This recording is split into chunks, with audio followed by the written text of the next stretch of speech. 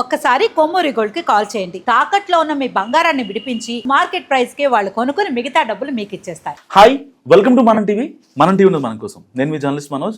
So కొద్ది రోజులుగా మేడారం జాతర ఎప్పుడైతే ఎండ్ అయిపోయిందో అప్పటి నుంచి కోవా బన్ అది తినొద్దు, దానికి సంబంధించి తేజస్వి మీడియాకి సంబంధించిన ప్రతినిధులు వెళ్ళి ఆ బన్ కోవా విత్ ఎవరైతే అమ్మోళ్ళు ఉన్నారో వాళ్ళతో వెళ్ళి మాట్లాడటం జరిగింది. మాట్లాడిన తర్వాత ఎలా అమ్ముతున్నారు ఏంటంటే దానికి సంబంధించి సోషల్ మీడియాలో పెద్ద ఎత్తున ప్రచారం జరిగింది. అసలు ఆ చిరు వ్యాపారులని ఎందుకు ఇబ్బంది పెడుతున్నారు, చేతిలో మైక్ ఉంటే సరిపోయిందా, ఇలాంటి మీడియాలను బ్యాన్ చేయాలంటూ కూడా మాట్లాడుతున్నారు. సో ఎవరైతే ఆ తేజస్వి మీడియాకి సంబంధించి అధినేత ప్రియా చౌదరి గారు, ప్రముఖ social activist and senior journalist, ఈరోజు మనం టీవీ స్టూడియోలో ఉన్నారు. అసలు దీని వెనుకున్న మాఫియా ఏంటి, వీళ్ళు వెళ్ళి ఆ చిరు వ్యాపారిని టార్గెట్ చేయడం వెనక రీజన్ ఏంటి, ఆవిడతో మాట్లాడదాం. నమస్కారం మేడం. నమస్తే మేడం, ముందుగా అసలు దీని వెనకాల ఏ శక్తులు ఉన్నాయని ముందు పర్టికులర్గా ఆ అబ్బాయి దగ్గరికి ఎందుకు వెళ్ళారు మీరు? ఛానల్లో ఉన్న వీడియోలు మొత్తం చూడండి. మేము కనీసం 15 వీడియోలు పెట్టాం. మీరు ఎవడో ఒక చిన్న ఇది తీసి దానికి వెనక బ్యాక్గ్రౌండ్ మ్యూజిక్ వేసి పెట్టి ఒక వీడియో చేసుకోగానే కేవలం అది మాత్రమే అందరూ వాడుకొని అబ్బో పాండిత్యం మొత్తం మానవతావాదం మొత్తం పెట్టేశారు. అసలు మేము పెట్టిన వీడియోస్ తేజస్వి న్యూస్ లోకి వెళ్ళి మొత్తం చూడండి, స్టెప్ బై స్టెప్ ఉంటది అక్కడ. ఇంకొక విషయము, పాలకోవాల మీద అక్కడ పోయి పడలేదు. అక్కడ 2 విషయాలు చాలా స్ట్రాంగ్ గా ఉన్నాయి. ఫస్ట్ అక్కడ జరుగుతున్నది ఏ జాతర అండి? జాతర జరుగుతుంది. ఎవరికి సంబంధించింది? హిందువులకు సంబంధించింది. అది ఏ జాతర? గిరిజన జాతర. అండర్లైన్ దిస్ పాయింట్ ఇక్కడే ఉంది. గిరిజన జాతర అంటే అక్కడికి ఎవరు వస్తారండి? ఎక్కువ గిరిజనులు వస్తారు. ఎవరండి? మన గిరిజన బిడ్డలు. వాళ్ళ యొక్క ఆర్థిక పరిస్థితి ఎంత ఉంటుందండి? చాలా చాలా లో ఉంటుంది. బిలో పవర్టీ లైన్ చాలా మంది ఉంటారు. ఆ తర్వాత కొంత బిలో మిడిల్ క్లాస్ వాళ్ళు ఉంటారు అక్కడ. ఓకే, మానవతావాదులు అందరికీ చెప్తున్నాను నేను, ఉంటారు. వాళ్ళు కొన్ని దాదాపు 1 కోటి మంది పైన 3 కోట్లు అనుకుంటా, ఎంతో విపరీతంగా వచ్చారు. క్రౌడ్ అంతా కూడా జనం వచ్చారు. ఈ ఫుడ్ జిహాద్ అనేటటువంటి విషయాన్ని మేము ఈ రోజు తెర మీదకి తీసుకురాలా. వెనక్కి వెళ్ళి నా ఎపిసోడ్స్ మొత్తం చూడండి. నేను ఇంతకు ముందు కూడా స్విగ్గీ ఆర్డర్స్ కానీ బయట అమ్మేటటువంటి ఫుడ్ మీద కానీ ప్రతి ఒక్క చోట నేను ఈ ఫుడ్ లో జరిగేటటువంటి జిహాద్ గురించి మాట్లాడుతూనే ఉన్నా. నేను మాకున్న కాన్సెప్ట్ మీ హాఫ్ నాలెడ్జ్ తోటి మాట్లాడకండి. మీరు మీ పాయింట్ ఇక్కడ ఎలా ట్రాన్స్ఫర్మేషన్ అయిందంటే కేవలం తేజస్వి మీడియా ప్రియా చౌదరి ఆ చిరు వ్యాపారుల పడ్డారు అనేది అక్కడ వరకే వీళ్ళకి తెలుసు. ఎందుకంటే వీళ్ళు చిరు మనుషులు కదా, వీళ్ళు చిరు ఛానల్స్ కదా, వీళ్ళకున్న చిరు నాలెడ్జ్ కదా, అందుకే పడ్డారు. ఇక్కడ విషయం ఏంటంటే చిరు వ్యాపారి కాదు, చిరు వ్యాపారదారునగా ఆ పాయింట్ దగ్గరే ఉండండి. ఇక్కడ వినండి, అక్కడ బన్నులు విపరీతంగా అమ్ముతుంటే అక్కడ మా వాళ్ళు 5 రోజులు ఉన్నారు. ఫస్ట్ రోజు ఉన్నారు, చివరి రోజు వరకు ఉన్నారు. ఫస్ట్ రోజే ఆ బన్నులు తింటుంటే ఘాటైనటువంటి వాసన వస్తుంది. ఆ బన్ను తినేటప్పుడు అంటే ఆ ప్రిజర్వేషన్స్ కలుపుతున్నప్పుడు ఖచ్చితంగా మనకి కొన్ని కూల్ డ్రింక్స్ కానివ్వండి, ఇలాంటివన్నీ మనము చాలా చీప్ లో మనం తింటున్నప్పుడు వాటి ఘాటైనటువంటి వాసన వస్తుంది. స్వీట్స్ అవి కూడా యాడ్ చేసినప్పుడు వచ్చినప్పుడు వాళ్ళు అది అక్కడ ఉన్నటువంటి జనము యొక్క వాయిస్ ఏదైతే ఉందో అది మా వాళ్ళు విన్నటువంటి క్షణంలో వెంటనే, ఎందుకంటే మేము ఎప్పటి నుంచో ఫుడ్ జిహాద్ మీద ఉన్నాం, ఎప్పటి నుంచో ఫుడ్ మీద ఫైట్ చేస్తున్నాం. ఇక్కడ అతను ముస్లిమా హిందువా కాదండి, అసలు ఇక్కడ జరుగుతున్నటువంటి ప్రమాదాలు వాటి మీద మేము తేజస్వి మీడియా ఎప్పుడైనా ఒక చౌకబారు. ఈ మాటకు వస్తే ప్రియా చౌదరి అండి, ఇక్కడ 100 ఫీట్ రోడ్ లో ఒక కోవా విత్ బందేనా మేడం, అది 25 రూపీస్ ఎంత తీసుకున్నాడు. ఇప్పుడు చాలా రోజులు అవుతుంది. అది తిన్న తర్వాత నిజంగా నాకు కడుపులో తినేటప్పుడు చాలా టేస్ట్ బాగా అనిపించింది, కానీ తిన్న తర్వాత మాత్రం నాకు కడుపులో పట్టేసింది. నా ఫ్రెండ్స్ చాలా మంది చెప్పారు అసలు తినొద్దు అని చెప్పారు. సో మనం ఒక జర్నలిస్ట్ గా అసలు ఏంటి దాంట్లో అందరూ తింటున్నారు కదా అనేది ఈ మానవతావాదులందరినీ కూడా ఒక 15-20 రోజులు ఆ బన్నులు తినమని చెప్పండి. తిన్న తర్వాత ఈ చిరు వ్యాపారులందరినీ పోషించమని చెప్పండి. రోజు బ్రేక్ఫాస్ట్ లో 4 బన్నులు, లంచ్ లో 4 బన్నులు, ఓకే, రాత్రి డిన్నర్ లో 2 బన్నులు తిని చిరు వ్యాపారుల్ని ప్రోత్సహించి ఆ తర్వాత మాట్లాడమని చెప్పండి. వీళ్ళు బతికుంటే, ఆరోగ్యంగా ఉంటే, ఆ తర్వాత మాట్లాడమని చెప్పండి. రెండో విషయం అక్కడ కానీ ఎందుకంటే మా కాన్సెప్ట్ ఇక్కడ వినండి, సబ్జెక్ట్ వినండి, సబ్జెక్ట్ వినండి. మిమ్మల్ని పెద్ద పెద్ద రెస్టారెంట్లకి వెళ్ళి మీరు రైడ్స్ చేస్తారని కూడా మీకు బహిరంగ సవాలు ఇస్తున్నారు చాలా మంది. ఎవడాడు మరి నాకు సవాల్ ఇసిరేటోడు? చాలా మంది ఇసిరేటోడు ఈ బడుగు జీవిని కాపాడినటువంటి వాడు. వీటన్నిటికీ సమాధానం నేను ఆల్రెడీ ఒక ఎపిసోడ్ చేసి చెప్పిన. ఈడికి తెలుసు కదా రెస్టారెంట్ లో ఏం జరుగుతుందన్నదో. 5 స్టార్ రెస్టారెంట్ లో జరుగుతుందని వీడికి తెలుసు కదా. మరి ఇప్పటి వరకు తేజస్వి మీడియా సామాన్యుడి మీద పడింది, స్టార్ హోటల్స్ మీద వెళ్ళమని నాకు ఛాలెంజ్ ఇసిరేవాడు. అక్కడ అక్రమాలు జరుగుతున్నాయని తెలిసినాడు, ఎందుకెళ్ళా? నాకు ఛాలెంజ్ ఇసిరేవాడు ఎందుకెళ్ళలా? సామాన్యుడి మీద సామాజిక బాధ్యత ఉన్నవాడు, మరి రెస్టారెంట్ల మీద సామాజిక బాధ్యత వీడికి ఎందుకు లేదు? నేను ఛాలెంజ్ చేస్తున్నా, వెళ్ళమని చెప్పండి. ఒకవేళ తేజస్విని మీడియాని ఇంకా ప్రియా చౌదరిని అన్న వాళ్ళు ఎవరైతే ఉన్నారో, ప్రతి ఒక్క సామాన్యుడు కావచ్చు, మేధావులు కావచ్చు, ఇంకోరు ప్రియా చౌదరిని ఎవరు అనలేదండి, అనేది అమ్మవాడికి లేదు, అనమని చెప్పండి. తర్వాత వాడి చరిత్ర కాబట్టి నేను చెప్పేది ఏంటంటే, ఒకవేళ వాళ్ళు పెద్ద పెద్ద రెస్టారెంట్కి వెళ్తే మీరు మీ మీడియాని పంపిస్తారా? ఎందుకు పంపను? ఇప్పుడు రెడీగా ఉన్నా నేను. వాళ్ళని వెళ్ళమని చెప్పండి. వాళ్ళని వెళ్ళి ఎక్కడ తప్పు జరుగుతుందో లోపలికి దూసుకుని వెళ్ళిపోయి, ఇప్పుడు మా వాడు తినిపించాడు, చేశాడు, అన్ని చేశాడు కదా, వీళ్ళని వెళ్ళి తినిపించమని చెప్పండి, మేము కవర్ చేస్తాం. అక్కడ జరిగింది అదే. తేజస్వి మీడియా తినిపించలా. అక్కడ చుట్టూ ఉన్నటువంటి భక్తులు ఎవరైతే తిన్నారో, కడుపులో తిప్పిందో, చుట్టుపక్కల బంధువులు ఎవరైతే చూసారో వాళ్ళు వెళ్ళి అక్కడ అతగాన్ని ప్రశ్నిస్తుంటే మేము కవర్ చేసాం. ఆ తర్వాత మేము అడిగిన ప్రశ్నలు 3 స్ట్రాంగ్ ప్రశ్నలు మా అక్కడ ఉన్నటువంటి మీడియా ప్రతినిధి ఎవరైతే ఉన్నాడో ఆ జర్నలిస్ట్ అడిగినటువంటిది 3 ప్రశ్నలు. ఆధార్ కార్డు చూపించు నీది ఒకటి. అసలు ప్రశ్నలు వేయడం నేర్చుకోండి మనోజ్. ఫస్ట్ మీరు ఆధార్ కార్డు చూపించండి, ఎక్కడి నుంచి వచ్చావు అని ఫస్ట్ అడిగాడు. రాయలసీమ నుంచి వచ్చానన్నాడు. ఆధార్ పేరేంటి అన్నాడు, చెప్పాడు. ఎందుకంటే అక్కడ మనము హలాల్ తీసేసి జట్కా పెట్టుకున్నాం. మనం అక్కడ అమ్మవారికి ప్రసాదం ఇచ్చేటప్పుడు వాటిని ఇస్తాం కదా, ఇచ్చేటప్పుడు హలాల్ తీసేసి జట్కాని పెట్టుకున్నాం. జట్కాకి హలాల్ కి తేడా ఉంది, అది మళ్ళీ దాని గురించి మళ్ళీ మాట్లాడుకుందాం, ఇక్కడ టైం లేదు. జట్కా అనేటటువంటి మన సంప్రదాయాన్ని అక్కడ జోడించామంటే అర్థం ఏంటి? అది మన పండగ, మనం మాత్రమే ఉండాలి, వేరే మతస్థులు ఇక్కడికి రావడానికి వీల్లేదు.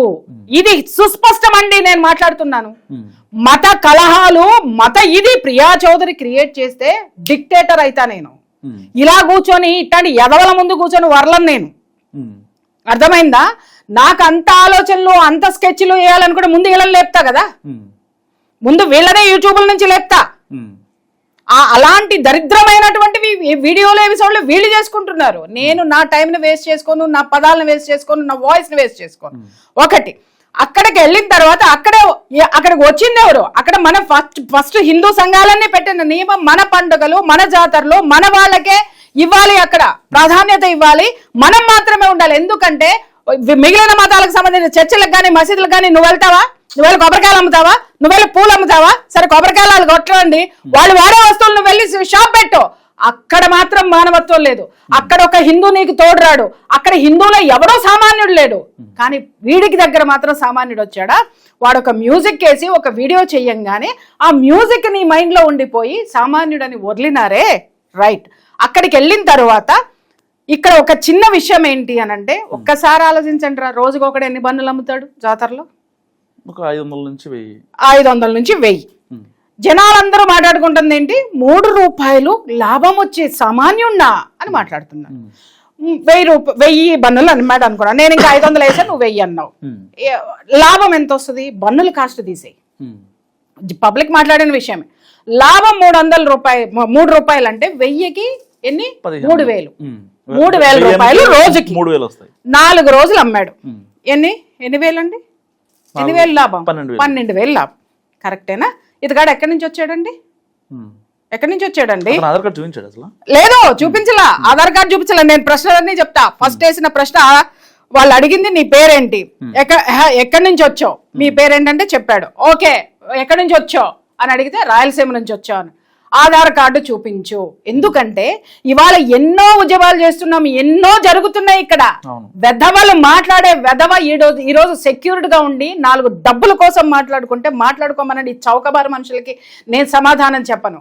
నేను ఎవరికి చెప్పాలో వ్యవస్థలకి చెప్తా, వ్యవస్థల్లోకి తీసుకెళ్ళాను ఈ రోజు. రేపు పొద్దున వీళ్ళు సమాధానం చెప్పాలి. ఇదే విషయంలో ఆ కోవా అడల్ట్రేషన్ అయిందని చెప్పి దాని తర్వాత రైట్ జరిగే ఐపీఎస్ మెహ్రా గారు కూడా మరి ఆ వార్తలు ఎవరు ఎందుకు వేయలేదండి?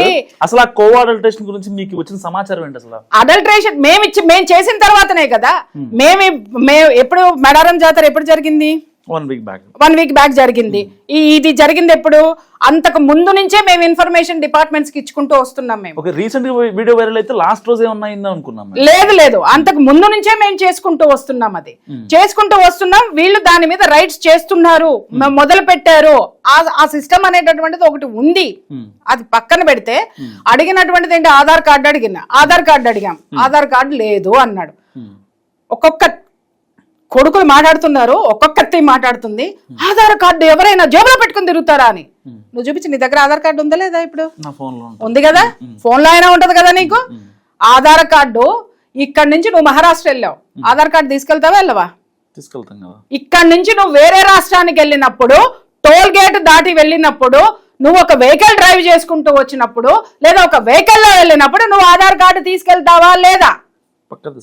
పక్కా ఆధార్ కార్డు ఉంటుంది. ఆధార్ కార్డు లేదు. అయిపోయిందా?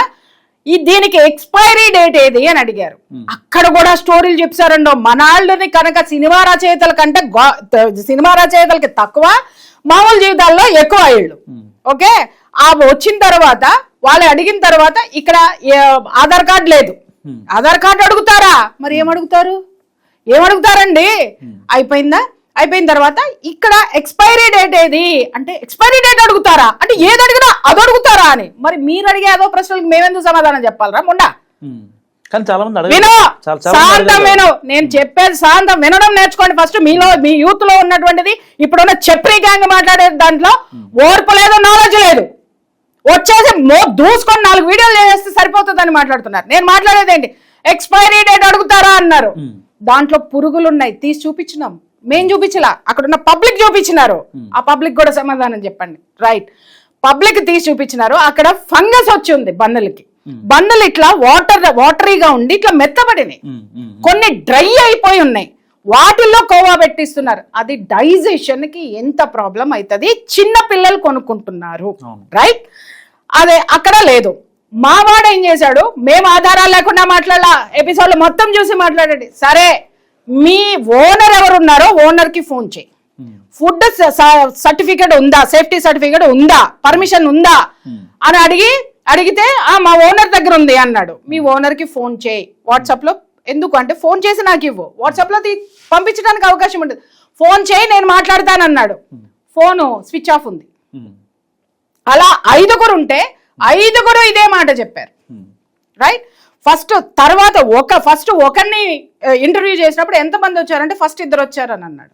అదే ఇంటర్వ్యూలో మీరు చూడండి, మాట్లాడుతూ ఉంటే 5 వచ్చారన్నాడు. ఇంత ముక్క చూసి మాట్లాడుతున్నారు. మేము ఇన్ని ఎపిసోడ్లు చేసి పెట్టినాం, 5 వచ్చామన్నాడు. మాటకి మాట పొంతన లేదు. ఇంకొక విషయం, ఇప్పుడు ఎవరైనా చిరు వ్యాపారి వణిగిపోయి చెమటలు వచ్చినాయి అంటే, ఈ చిరు వ్యాపారి గురించే మాట్లాడుకుందాం మనం. చెమటలు వచ్చేసి తింటామండి అని బన్ను తినుకుంటూ ఎంత యాక్షన్ చేసినాడు. ఆ యాక్షన్ కు ఒక బీజిఎం, ఒక పాతాస్ బీజిఎం వేసేసి ఒక్కొక్కడే ఎపిసోడ్లు చేసినాడు. చిరు వ్యాపారుల మీదే వీళ్ళ యొక్క ప్రతాపము అని కదా. ఇప్పుడు మాట్లాడుతున్నా, పురుగులున్నాయి, అది ఘాటైన వాసన వస్తుంది. అక్కడ ఉన్నది బన్నులు ఎండిపోయి ఉన్నాయి, బన్నులు కొన్ని ఫంగస్ ఉన్నాయి. ఇన్ని ఉన్నాయి. వీటి మీద ఎవ్వడు మాట్లాడాల. బన్ను ఎక్స్పైరీ డేట్ ఎంత ఉంటది? 3 రోజులు ఉంటుంది.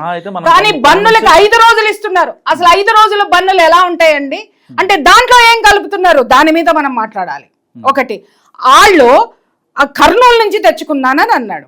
కర్నూలు నుంచి మేడారం ఎన్ని గంటలు ప్రయాణం ఉంది, ఎన్ని కిలోమీటర్లు?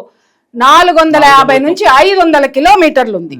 రైట్, 500 కిలోమీటర్లు రాను పోను 1000 కిలోమీటర్లకి. ఇప్పుడు మాట్లాడుకుందాం. ఇందాక లాభం ఎంత అన్నావు నువ్వు? 3 రూపాయలు. మొత్తం 5 రోజుల్లో 4 రోజుల్లో ఎంత? 12,000. ఇప్పుడు 1000 కిలోమీటర్లకి పెట్రోల్ ఎంత ఖర్చు అవుతుంది బిడ్డ? లారీలో వేసుకొని రావడానికి చెప్పండి. మేధావులు కదా మీరంతా, జర్నలిస్టులు కదా, చెప్పండి. పీకి మాట్లాడుతున్నారు కదా, చెప్పండి రా భయ్. పెట్రోల్ కి 1000 కిలోమీటర్లకి ఎన్ని లీటర్ల పెట్రోల్ అవుతుంది? ఎంత కాస్ట్ అవుతుంది? 6,000 నుంచి 7,000 రూపాయలు అవుతుంది. అవునా కాదా? లేదు, సామాన్యుడు కదా పాపం, పెట్రోల్ వాడు చూసి జాలిపడి హాఫ్ రేట్కే ఇచ్చాడు అనుకుందాం. ఎందుకంటే అందరూ మానవతావాదులు కదా. 4,000 నుంచి 5,000 రూపాయలు పెట్రోల్కి అయింది అనుకున్నాం. ఓకే, ఇంకా మిగిలింది ఎంత? 7,000 రూపాయలు. అప్ అండ్ డౌన్ ఎంత పడింది? 5,000, 10,000 రూపాయలు. టోల్ గేట్స్ 1,500 రూపాయలు, 7,500 అక్కడ అయిపోయినాయి. నేను 12,000 వేసినాను బడ్డ, 7,500 అయిపోయిన తర్వాత నీకు ఎంత లాభం మిగిలింది ఒక్కసారి చెప్పు. 4,500 మిగులుతాయి. 4,500, 5,000 చిల్లర వేసుకుందాం. మరి అక్కడ 5 రోజులు అతను ఉన్నాడని అన్నారు కదా, 5 రోజులు అతను తినడానికి ఎంత ఖర్చు అయింది? ఫుడ్కి వండుకున్నాడు అక్కడ, అది కూడా చూస్తారు మన వాళ్ళు, వండు కూడా చూపిస్తారు. ఉన్నారా? ఆ ఖర్చులు రోజుకి 200 తీసుకో, బడుగు జీవి కాబట్టి 5 రోజులు 1,000 రూపాయలు తీసేయి, ఎంత మిగిలింది? 4,000. 3,500 మిగిలింది. ఇప్పుడు చెప్పరా అబ్బాయి, 3,500కి 1,000 కిలోమీటర్లు ఒక సామాన్యుడు 7,000 ఖర్చు చేసి లాభాన్ని ప్రయాణాలకి ఖర్చు పెట్టి 2,500 లాభానికి ఇక్కడికి వచ్చాడంటే మాట్లాడేవాడు ఎర్రి పుష్పమా, లేకపోతే వచ్చినవాడా? ఎవడురా? ఎవడు? ఇది జర్నలిస్టుల్ని మాట్లాడమని చెప్పు. గోబలు పగలగొట్టుకుంటున్నారు కదా, గుండెలు పగలగొట్టుకుంటున్నారు కదా యూట్యూబర్లని, అర్నలిస్టుల్ని మాట్లాడమని చెప్పు. ఒక్క దాని చదువేంటో చెప్పమను, అది ఎక్కడ చేసిందో జర్నలిజం చెప్పమని చెప్పు. జర్నలిస్ట్ అని ఎవరు మాట్లాడారో చెప్పమని చెప్పు. ఒక్కడిని కానీ ఒక్కదాన్ని కానీ నేను మాట్లాడుతున్నా, అదైపోయిందా? ఇప్పుడు ఈ చర్యలు, చర్చలు, ఖర్చులు మాట్లాడుకున్నాం. అక్కడ జట్కాని పెట్టి హలాల్ తీసేసాం. అర్థమైందా? నేను నీకు ఇంటర్వ్యూకి వచ్చే ముందు కొన్ని వస్తువులు చెప్పాను, తెచ్చావా? తెచ్చాను. చూపించండి.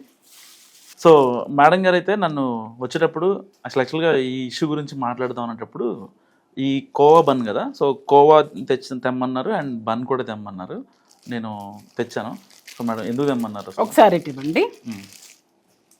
ఇది కోవా బన్ ప్యాకెట్ కదండి. ఎన్ని బండలు ఉన్నాయి? 1, 2, 3, 4, 5, 6, 7, 8 బండలు ఉన్నాయి. దీని కాస్ట్ ఎంత అండి? అప్రాక్స్ 25-30 రూపీస్ తీసుకున్నారు. 30 రూపీస్ తీసుకున్నారు. 25 రూపీస్కి 8 బండలు వచ్చినాయి. ఓకేనా? ఇప్పుడు ఇది ఒక కంపెనీదండి. ఈ బన్నులో ఎక్స్పైరీ డేట్ చూద్దాం. ఎంఆర్పి ఉంది, యూజ్ బై డేట్ ఉంది, బ్యాచ్ నంబర్ ఉంది. ఇక్కడ అసలు ఏమీ లేవు, అవేమీ లేవు. ఇంకా పైన ఇంకెక్కడన్నా వేసారు. ఇక్కడ ఒక ప్రింట్ ఉంది, చూద్దాం ఇక్కడ ఏమన్నా ఉందేమో. 19/2/25 అండి, 26. 19వ తారీఖు 2వ తారీఖు వరకు 19 వరకు వేసిందండి డేటు. అంటే ఒక బ్రెడ్ ఇవాళ డేట్ ఎంత సార్? 12 నుంచి 19వ తారీఖు వరకు ఇది ఉంటుందా? ఇది మీరు ఈ రోజు కొనుక్కొచ్చారు కదా, ఇప్పటికిప్పుడు తయారు చేసి ఇచ్చారా మీకు? ఆల్రెడీ ప్యాక్డ్ అయి ఉంది.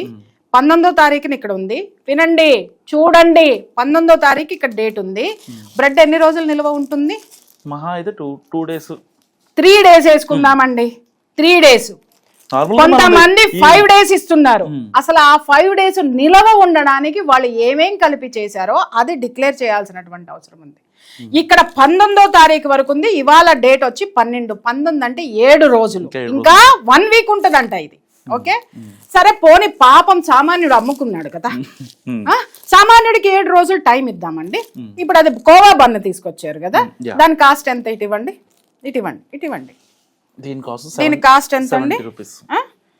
70 రూపీస్. ఎక్కడో మిఠాయి బండార్లో నుంచి తీసుకొని వచ్చారు. ఎన్ని గ్రామ్స్ ఉంటుంది ఇది? అది 50 grams మేడం. 50 grams 50 రూపాయలది మీకు వచ్చి 75 రూపీస్కి తీసుకొని వచ్చి 50 గ్రాములు. బడుగు జీవి కాబట్టి కొంచెం మీకు 75 రూపాయలకి అమ్మాడు. ఇది ఇలా 50 గ్రాములు తీస్తే మనం ఒక 10 గ్రాములన్నా పెట్టడా అండి కోవాని? ఒక స్పూన్ అక్కడ రాసి చూపించాడు కదా, అంటే ఇది ఎంత వస్తుందండి? 5 బన్నులకి మాత్రమే వస్తుంది. ఎంతండి ఇది కోవా? గట్టిగా పెడితే 5 బన్నులు కూడా వినండి, 5 పెడదాం సార్, సామాన్యుడు కదండి. సామాన్యుడు బన్నులో 5 పెడదాం. 5 డివైడెడ్ 75. 75 రూపాయలని 5 పంచండి. ఎంత వస్తుంది?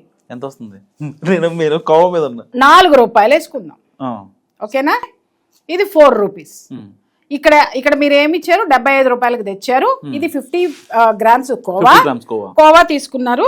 ఒక్క నిమిషం అండి. ఇది 19వ తారీఖు వరకు అంటే 1 week నిలవ ఉన్నటువంటి బన్ అన్నమాట.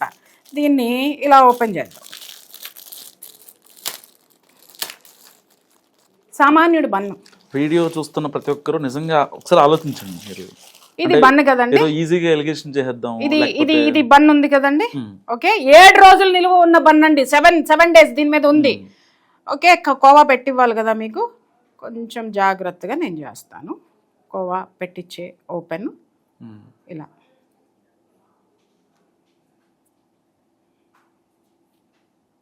ఓకేనా అండి.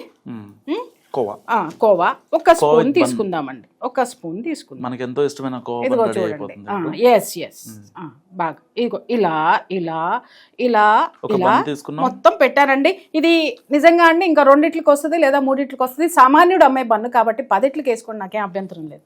ఓకేనా. ఇప్పుడు ఇది కోవా బన్ను. ఓకేనా, బన్ను. ఇప్పుడు నేను అమ్ముతున్నా, నేను ఒక పర్సన్ని, సామాన్యురాల్ని నేను అమ్ముతున్నా. ఓకేనా, ఇది నీకు ఇవ్వాలి. ఇప్పుడు తినమ్మా. అదే మేడం తినని చెప్పి ఊసారండి. అదేంటి సామాన్యుడు కోవా బన్ను తినవా? మత ఘర్షణలో తీసుకొస్తావా నువ్వు? తినో, నేను తిన్నా, మర్యాదగా తిను. ఉమ్మేస్తే నేను ఎట్లా తింటా? అసలు తింటాను నేను. మరి వాడు ఉమ్మేస్తే నువ్వు తింటావా? నేను తిన్నా.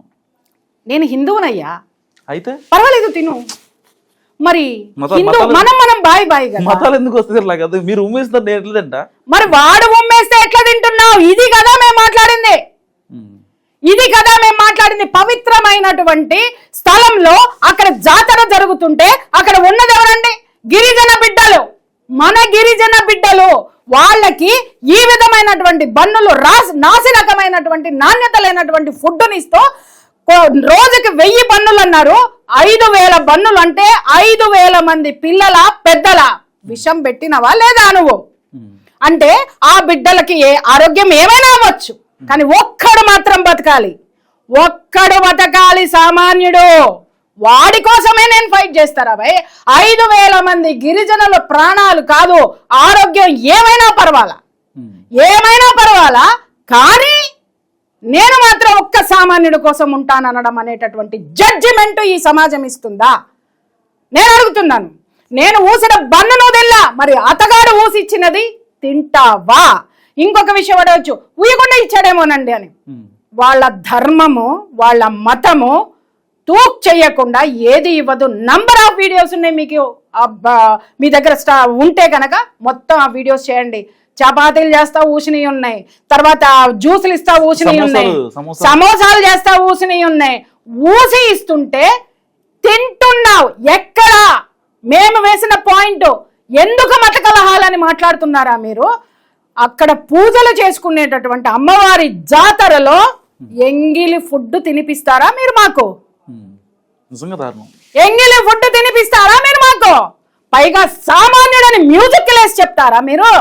రైట్, సామాన్యుడి దగ్గరికే వద్దాం బాస్. ఎక్కడ పెట్టా? సామాన్యుడి దగ్గరికే వద్దాం మనం. ఆ సామాన్యుడు విపరీతంగా మ్యూజిక్ లేసారు. ఒక్కొక్కటి ఇంట్లో కూర్చొని కనీసం 3కు అన్నం వండి పెట్టుద్దో లేదు, కానీ వీడియో మాత్రం చేసి పెట్టింది. చదువు ఎలా ఉండాలి, సంస్కారం పెంచాలి అని. నీ చదువు ఎంత ఉందో తెలియదు, నా చదువు చూపిస్తారా? అర్థమైందా? ఇలా ఉండాలి. బడుగు జీవుల మీద మీరు జర్నలిస్ట్ లేడా? మీకు ఎవడిచ్చాడు మైకు? మీకు ఏ హక్కు ఉంది? ఆడెవడో పెట్టినాడు ఈవిల్ అని. అరే ఈవిల్ ఎవడో నేను చెప్పినా కదరా, ఇప్పుడు ఈవిల్ అని పెట్టినాడు. ఎవడిరా ఈవిల్? ఇక్కడ సమాజంలో ఈ విధంగా ఊసి పవిత్రమైనటువంటి జాతర జరుగుతుంటే, హిందువుల జాతర జరుగుతుంటే ఊసిన బన్ను తినమని చెప్పే ఈ హిందువు వీడిని ఏం చేయాలి? ఈ జాలి చూపించేవాడిని ఏం చేయాలి అంటే, ఈ మాట్లాడిన మానవతామూర్తులు ఎవరో అక్కడున్న దేవతకి విలువ ఇవ్వాల, అక్కడున్న జాతరకి విలువ ఇవ్వాల, అక్కడున్న గిరిజన బిడ్డలకి విలువ ఇవ్వాల. ఒక్క సామాన్యుడు కోసం ఇచ్చిన బిడ్డ, ఆ ఒక్కడు 5000 మంది జీవితాలతో ఆడుకోవచ్చు, కానీ వాడిని ఫోన్ ఇన్లోకి తీసుకుని మరీ మాట్లాడుతున్నారే. ఈ ప్రశ్న గిరిజనుల్ని మాట్లాడినారా? ఈ ప్రశ్న అక్కడ ఎందుకు జరిగింది అని మాట్లాడినారా? ఒక హిందువు అయ్యుండి ఒక హిందువు జాతరలో ఈ విధంగా హిందుత్వాన్ని అవమానిస్తుంటే, మన దేవీ దేవతల పవిత్రతని ఈ విధంగా చేస్తుంటే, దాన్ని స్క్రీన్ మీదకి తీసుకొచ్చినందుకు ఆ పిల్లవాడిని నానా భ్రష్టు పట్టించారు. అసలు ఆ పిల్లవాడు ఎన్ని చేశాడో మీకు తెలుసా? మేడం మరి దేవాలయాల్లో ఎన్ని దేవాలయాల్లో జరుగుతున్న అక్రమాలు బయట పెట్టాడు. కానీ మేడం అరే గో సంరక్షణకి అర్ధరాత్రుల్లో అపరాత్రుల్లో ఎన్నిసార్లు ప్రాణం రిస్క్ లో పడి ఎన్ని వందల గోవుల్ని కాపాడాడో మీకు తెలుసా? ఇదే తేజస్వి మీడియాలో ఉన్నాయి అదే చూడమని. మేడం ఇదే ఇష్యూ మీద కోవబన్ ఇష్యూ మీద అంటే టెక్నికల్ లాజికల్ మీ దగ్గర ఇన్ని సాక్ష్యాలు ఉన్నాయి, ఆధారాలు ఉన్నాయి, అన్నీ ఉన్నాయి కదా, మరి ఈ 2-3 రోజులుగా ఎందుకు మాట్లాడుతున్నారు? దేర్ యు ఆర్ అందరూ మాట్లాడుతున్నారు. నాకు ఒక ఇన్ఫర్మేషన్ కోసం నేను వెయిట్ చేస్తున్నా. కావాలి నేను మీకు చెప్ప జర్నలిజం అంటే ఏమిటో ఒరలటం కాదు. It's not called journalism. సాక్ష్యం కావాలి కదా మన వాళ్ళకి. సాక్ష్యం, ఆ సాక్ష్యం ఖచ్చితంగా వస్తుంది స్క్రీన్ మీదకి. ఆ సాక్ష్యము స్క్రీన్ మీదకి డెఫినెట్ గా వస్తుందని నాకు తెలుసు. ఎన్ని రోజులు పట్టే అవకాశం ఉంది? ఏది వచ్చింది కదా, ఇంకేం కావాలా మీకు? ఎందుకు నోరు మూసుకుని కూర్చున్నారు? మళ్ళీ ఏదో క్వశ్చన్ వేస్తావు నువ్వు. మీరు ఇక్కడ నేను నోరు మూసుకుని కూర్చోలా. నువ్వు చూసినావా? నేను నిన్న వచ్చినా బయటికి. ఎందుకు వచ్చినా? ఏం జరుగుతుంది? సామాన్యుడు సామాన్యుడు సామాన్యుడు అని పెట్టిన వాడు ఇమ్మీడియట్ గా ఒక రాజకీయ పార్టీ, మతతత్వ రాజకీయ పార్టీ అతగాడికి మద్దతు ఇచ్చింది. అక్కడ కూర్చుని ఇట్లా కూర్చున్నాడు. ఏదా రాజకీయ పార్టీ? మీడియాలో ఉంది చూడండి. ఏంటది? SDPI. ఇది ఒక మతతత్వ ఉగ్రవాద సంస్థకి సంబంధించినటువంటి అనుబంధ సంస్థ పార్టీ. PFI అనేటటువంటి పార్టీ. అది PFI అనేటటువంటి ఒక మతతత్వ ఉగ్రవాద సంస్థకి ఇది అనుబంధ సంస్థ, రాజకీయ సంస్థగా ఉంది. It is from Kerala. దీని పుట్టుక కేరళలో ఉంది. ఇక్కడ దీని గురించి మాట్లాడండి. ఇక్కడ ఈ పార్టీకి సంబంధించినటువంటి అధ్యక్షుడు ఎవడైతే ఉన్నాడో మనీ లాండరింగ్ కేసులో అరెస్ట్ అయ్యాడు. Money laundering. అసలు అతనికి మనీ లాండరింగ్ తో ఏం సంబంధం ఉంది ఒక రాజకీయ నాయకుడికి? ఇక్కడ వీళ్ళు పెట్టుకున్నది బడుగు బలహీన వర్గాలకి మేము సహాయం చేస్తామని పెట్టుకున్నవాడు మనీ లాండరింగ్ కేసులో. నేను చెప్పట్లేదు సార్, ఈడీ అరెస్ట్ చేసింది. ఈడీ అరెస్ట్ చేసింది. సెంట్రల్ గవర్నమెంట్ ఇన్వాల్వ్ అయ్యిందంటే, అసలు ఈడీ ఇన్వాల్వ్ అయ్యిందంటేనే కొన్ని వందల వేల సాక్ష్యాలు ఉంటేనే అన్ని విధాలుగా కన్ఫర్మ్ అయిన తర్వాత ఈడీ వస్తుంది. అరెస్ట్ అంటే ఇంకా చాలా పెద్ద విషయం. అది అరెస్ట్ చేసింది.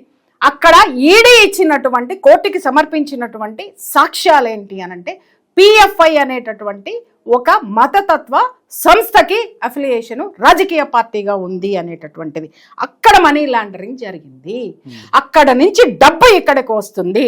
మీరు అనొచ్చు PFI అంటే ఏంటో కూడా ఎదవలకి తెలియదు. అరే తెలుసుకోండిరా, నీ జర్నలిజం తగలయ్యా. కాదు మేడం, మరి ఆగో నన్ను మాట్లాడే. చెప్పండి. ముందు ఏదైనా ఒకటి శాంత వినడం నేర్చుకోండి ఫస్ట్. మీరు PFI కి సంబంధించిన ఒక మ్యాండేటరీ ఉంది, అది చదువుకోండి. 2047 కల్లా భారతదేశాన్ని గజ్వాయే హింద్ చేయాలి అంటే హిందూ అనేటటువంటి వాడిని ఉంచకూడదు అనేటటువంటిది ఆ మత సంస్థ యొక్క ఫస్ట్ మ్యాండేటరీ. అర్థమైందా? ఆ తర్వాత వచ్చిన తర్వాత ఇక్కడ హిందూ అనేటటువంటి జీవి మిగిలి ఉండకూడదు అనడానికి బిడ్డ ఈ బన్నులు, ఈ కోవాలు వాళ్ళు చేసే ఫుడ్ జిహాదు. ఈ ఫుడ్ జిహాదులో ఏం కలుపుతున్నారు నేను చెప్పను రా. ఏం కలుపుతున్నారు అనేది మీరు తాండి. ఇప్పుడు నేను అన్నాను కదా, మీరు తాండి. అవి దేనికి మూలమో నేను చెప్తా. వీటిల్లో కలిపేటటువంటి ఒకానొక ఫుడ్ ఉంది, నేను బయటికి చెప్పనది.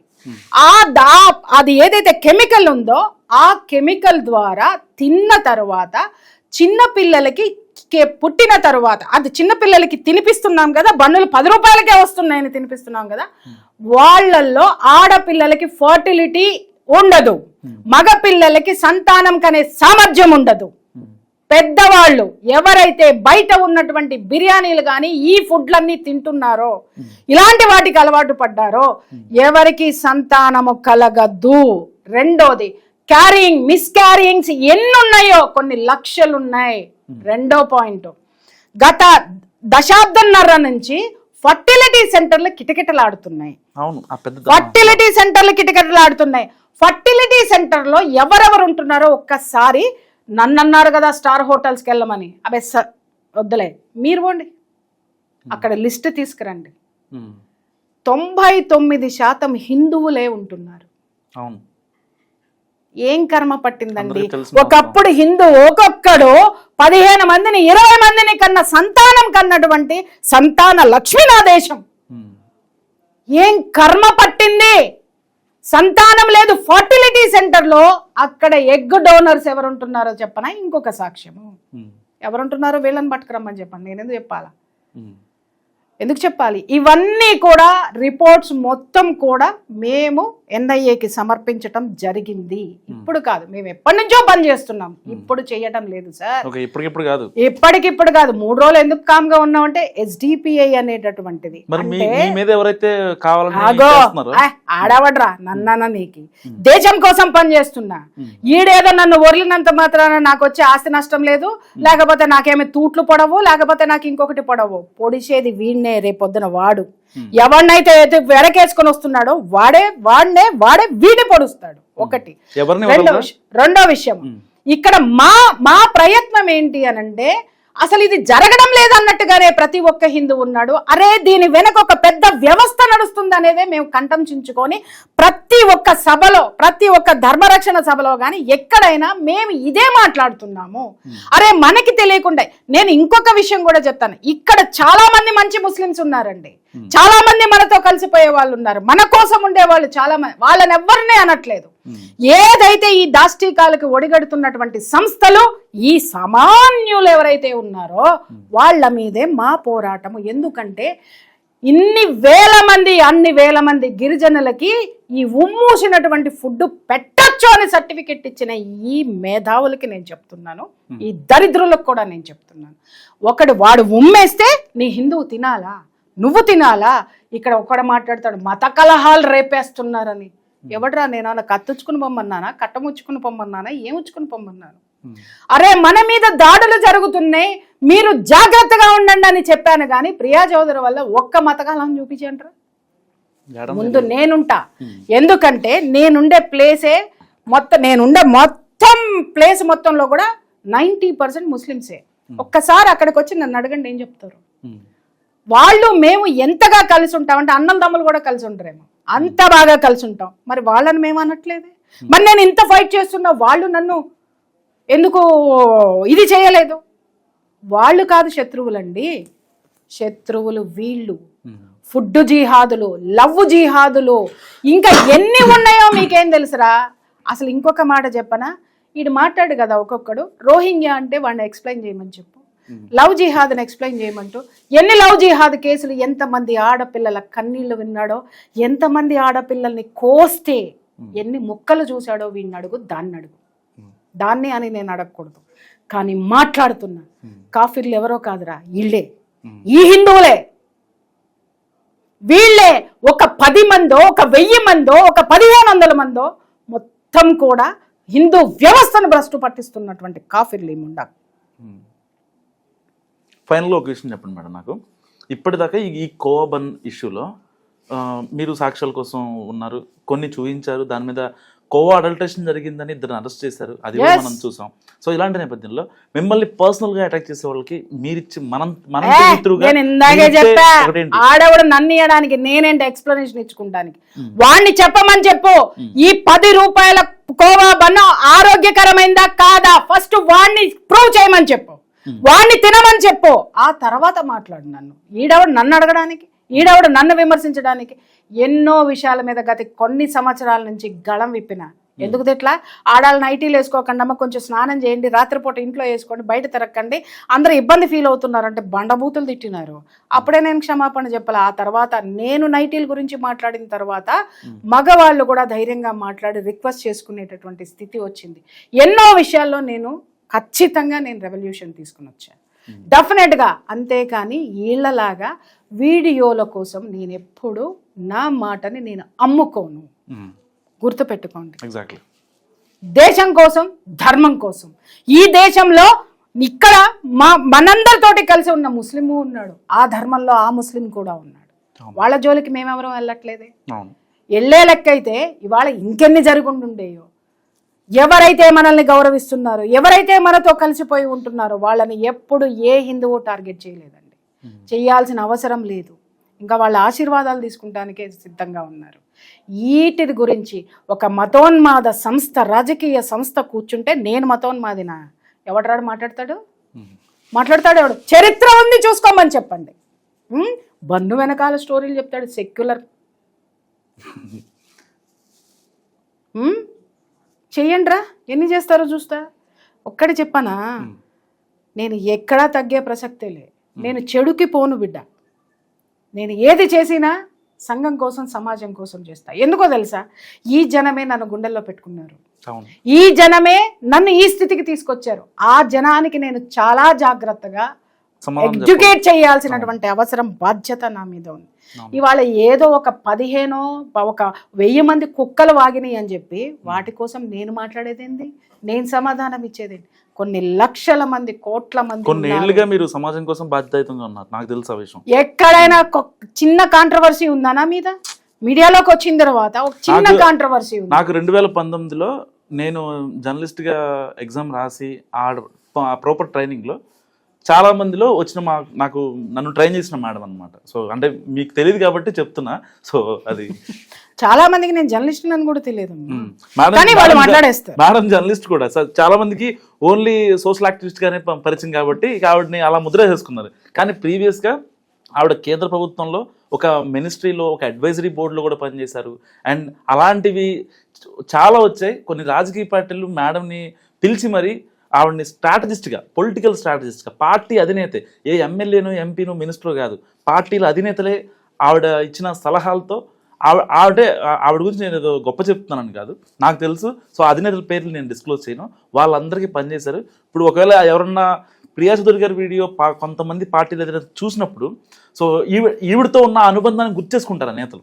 కానీ ఎప్పుడు వాళ్ళకి అది చేసాం కదా, వీళ్ళకి ఇది చేసాం కదా, వాళ్ళ దగ్గర నుంచి మనం ఎక్స్పెక్ట్ చేయాలి. ఈవెన్ కనీసం ఆ పార్టీ అధినేతలు ఎవరైతే ఉన్నారో ఈవిడ తెలిసిన వాళ్ళు కావచ్చు, కనీసం తిరుమల తిరుపతికి ఒక లెటర్ కూడా అడగరు ఆవిడ. లిటరల్ చెప్తున్నా. అలాంటి ఆవిడ సో అంటే గతం ఎవరికీ తెలీదు. చాలా మంది నేను గతంలో కూడా చూసా, ప్రియా చౌదరి అనలిస్టా, ప్రియా చౌదరి సోషల్ యాక్టివిస్టా, ప్రియా చౌదరి జర్నలిస్టా? ఇవన్నీ కాదు, ప్రియా చౌదరి అర్నలిస్ట్, ప్రియా చౌదరి అర్న్ చేస్తుంది అని చెప్పంటారు. అసలు ఆవిడ ఇప్పుడు నార్మల్గా మనం అబ్జర్వ్ చేద్దాం, ఒక ఇన్ఫ్లుయెన్సర్ ఒక 1 year అయిందంటే ఒక ఇండస్ట్రీకి వచ్చి సరదాగా బెంచ్ గారికి ఉంటుంది, ల్యాంక్వైన్స్లో ఫ్లాట్గా ఉంటుంది, 2 BHK 3 BHK 4 BHK కూడా. అలాంటి ఈ రోజుల్లో ఆవిడ ఇప్పటికీ యూసఫ్గూడలోనే ఉంటున్నారు. ఆవిడ రీసెంట్ గా తీసుకున్నారు పాపం ఇల్లు. మరి ఇన్ని రోజుల్లో నాకు ఎప్పటి నుంచో మరి ఇన్ని రోజుల్లో ఆవిడ ఎప్పుడో ఇప్పుడు కొత్త విల్లాలు కడుతున్నారు, పెద్ద పెద్ద ఫామ్ హౌస్లు. ఆవిడకి ఎన్ని ఉండాలి మరి? ఇప్పటికీ ఆవిడ అక్కడి నుంచి ఎందుకు వస్తున్నారు? ఎవరు మీరు కావాలంటే ప్రియా చౌదరి గారిని అడగండి, మేడం మీరు ఎక్కడ ఉంటారని అడగండి, నేను చెప్పడం కాదు. ఆవిడ యూసఫ్గూడలో ఉంటారు. ఆ మేడం ఉండే చుట్టూ, ఇంటి చుట్టూ మొత్తం ముస్లిం వాళ్ళే ఉంటారు. అది అంటే ముస్లిం వ్యతిరేకి. ఇప్పుడు నిన్న చూశాను అనమాట, ఈ కోవన్ ఇష్యూలోనే చాలా మంది మాట్లాడుతున్నారు.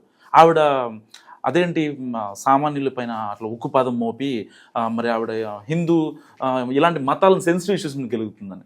అసలు ఆవిడకి నాకు తెలిసి హిందువుల కంటే ముస్లింలు ఫ్రెండ్స్ ఎక్కువ ఉన్నారు ఆవిడకి ఇంటి దగ్గర. ఇప్పుడు మన ఇంటి దగ్గర ఉంటాం, అమలక్కలు వీళ్ళు ఉంటారు కదా, వాళ్ళందరూ ముస్లింలే. మరి వాళ్ళు మాట్లాడరు కదా, వాళ్ళు కూడా ఈ వీడియోలు చూసే ఉంటారు కదా. సో ఇన్ని ఏళ్లుగా ఆవిడ ప్రజాక్షేత్రంలో ఉన్నారు, ప్రజా సమస్యలు తెలుసుకున్నటువంటి వ్యక్తి. సో ఒక భారతీయురాలుగా ఆవిడ ధర్మం కోసం, సమాజం కోసం పోరాడుతున్నారు.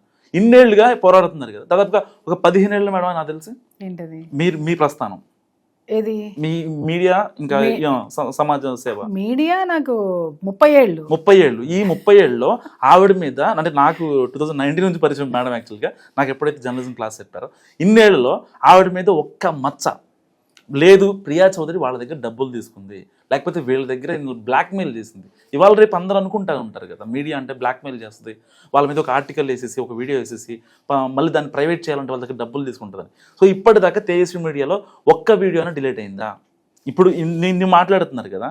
సో ఆవిడే చెప్తున్నారు, ఇప్పుడు కోవబన్ గురించి నేను ఇప్పుడు చేయటం కాదు, మీకు ఇప్పుడు తెలుసు, నేను ఎప్పటి నుంచో దాని గురించి already detailed information and continuous monitoring ఉందని ఆవిడ చెప్తున్నారు కదా. దానికి సంబంధించి కూడా వీడియోలు చేశారు. ఎవరికి తెలియని విషయం అండి, మేము గత 8 months నుంచి దీని మీద వర్క్ చేస్తూ మొత్తం ఇన్ఫర్మేషన్ అంతా కూడా మేము NIAకి పంపించాము.